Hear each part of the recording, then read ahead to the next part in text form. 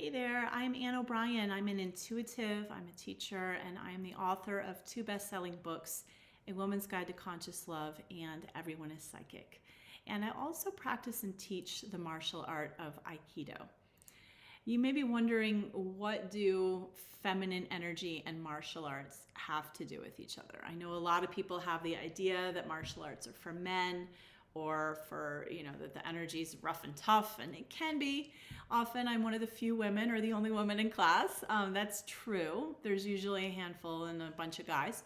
But I have learned so much about feminine energy from Aikido. And just to be fair, this is the one martial art that I really know. I can't speak for all of the martial arts, but Aikido is an art focused on resolving conflict and redirecting partners' energy to protect both of you. So it's interesting, we don't call the person attacking you your opponent, we call them your partner. And even though they do attack, and it can be quite dynamic, it can be intense. And if you translate Aikido literally, it's the way of joining with life force energy. So life force is not static. Life force is not passive, but it's also not one flavor, one channel, hard, tough, aggressive, what we think of as the masculine. Life force actually includes everything. And if you look to nature and you look to rivers, you look to storms, you look to the sun and the moon and the prairies and the lakes and the gentle parts and the forceful parts and the wild parts, you can see that it's full, it's dynamic. And really the only way we can harmonize with an aggressive, assertive energy is to embody its complementary polarity. And this is the feminine. So if we don't have the polarities here, the unity is meaningless. What are we joining with? We're just kind of, it's not really life force in that case. So there are many misunderstandings about the feminine. And if I look culturally back, I remember my grandmother's generation. That was more the generation of yes, dear, right? The women were passive. They weren't allowed to work outside the home once they got married, that kind of thing, and they followed along with the men's leadership in general. So is that really feminine energy? I don't think so. Maybe, sometimes, but not as a whole, right? Certainly left a lot of the feminine energy out of that equation. Then on the other hand, my mother's generation, it was very much like the feminism that can be angry, can be like, okay, we have all the same rights as men, but it actually, in my opinion, leaves the feminine energy out. It has created this energy of we women can be strong, we can be tough, we can be independent, we don't need anything. And there's a difference, it's maybe subtle, but really important difference between spiritually feeling my wholeness, like I don't need anything, I'm complete, and being tough and hard and guarded and no, I don't need you and go away and, I'm good, you can probably feel that difference. So the divine feminine is much more of the, I know I'm whole and I'm going to be receiving and in surrender as a choice, right? So speaking of that, now we have the divine feminine celebrated, but sometimes we're going too far the other way. Now we're blasting the masculine. The masculine's bad. And men and women, just like men and women were doing the I'm strong, I'm independent. Now men and women are doing the I'm in flow. There's no boundaries. And being more in the feminine, and we're missing the masculine, in my opinion, culturally. So we can talk about that another day.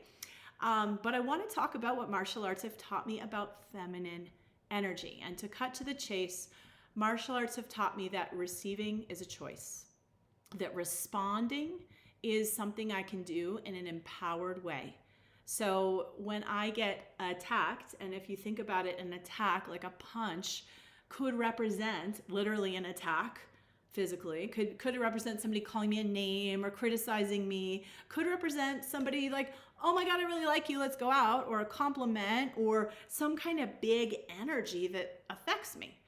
Right? So when I know that I can respond appropriately and accurately in the moment, I'm in my healthy feminine, and it doesn't matter how intense that energy is because I deal with whatever it is.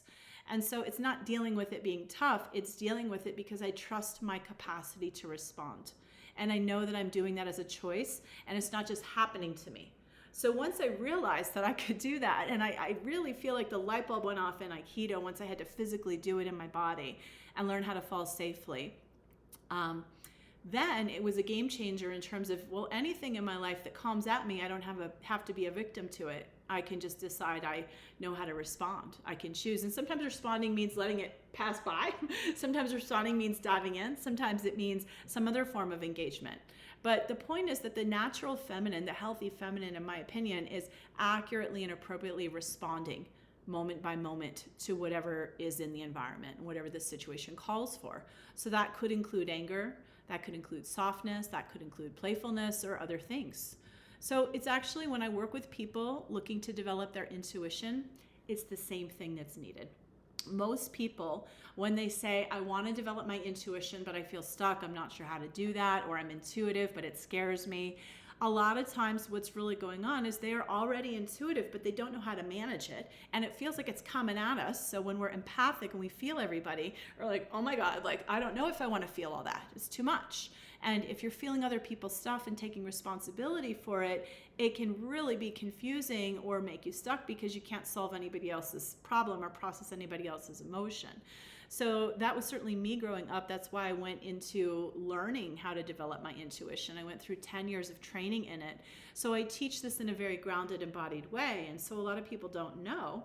I can be intuitive and be grounded in myself. I can be balanced in my life. I can have my act together in my life. And I can close my eyes and decide when I'm going to tap in intuitively. It's not just something that's going to bombard me any moment. I'm not going to wake up in the middle of the night with pictures of some other person and not know how to deal with it unless I want to. But I can actually decide, okay, now I'm open to be intuitive, now I'm not. Or if I am using my intuition, here's the questions I'm asking because I know what answers I want to get. There's a whole another video on that. But this is a big part of what I teach my intuitive training students is receiving as a choice. How do you do it in an empowered way? It's the same thing when I work with women looking for more fulfillment in their relationships with men. So my first book, A Woman's Guide to Conscious Love, talks about this, where I've worked with many successful, independent, amazing women that are like, I don't need anybody, I got it all together, but they really crave to receive. They crave to surrender. They crave to feel the masculine energy coming towards them, initiating, inviting, protecting, providing. Doesn't have to be money or big muscles or the things we think of, right? It's the energy. We crave that energy. But if women are either too passive, they're not dynamically engaging, or they're too hard and numb and no, I don't want to feel that, then they don't get what they want. And everybody suffers. So it's the same thing. The feminine is appropriately responsive, receiving as a choice. And I teach women how to do that. How do you open up and surrender in a way where you don't open yourself up to get completely, devastated and hurt or overwhelmed? How to keep healthy boundaries and set them and still be open and dynamically engaged.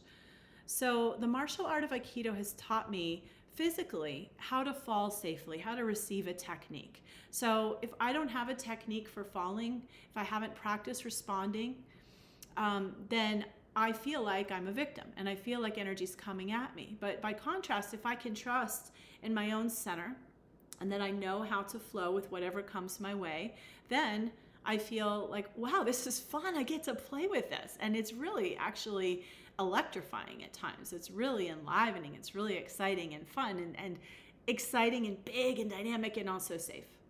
So this punch, this attack, let's say it's a punch, it could be a strike, could be a wooden sword. We don't use, in Aikido, we don't use sharp swords, but we do attack, and so if that attack comes at me, that can represent a lot of things. It can represent a physical attack, obviously, it is a physical attack, but it could represent somebody calling me a name. It could represent somebody actually like, oh my God, I like you, let's hang out, like, woo. Could represent a compliment, could represent any big energy coming at me. Anything that would affect my energy, that attack could represent it. And what most of us do when faced with an attack is we tend to fight, flight, or freeze. But once you realize you're in charge of how you respond and that you can do that in an empowered way, and it doesn't have to be being tough, it doesn't have to be running away, then you have this exchange of life force, and then you're joining with the life force. So this is how I teach people how to awaken intuition. This is how I coach women in their romantic relationships, and this is what I practice on the Aikido mat and in my life every day. So I hope you found it helpful, and I'll be sharing more about Aikido and what it's taught me because there's a lot more I could get into about what it's taught me about energy dynamics between us. And I'm looking forward to that. So subscribe or follow if you're curious, if you want to see those videos. I talk about all these subjects: intuition, relationships, and thank you so much for watching. Please drop a comment or like or share this with somebody who could use the information. All right, have a beautiful day. Thank you.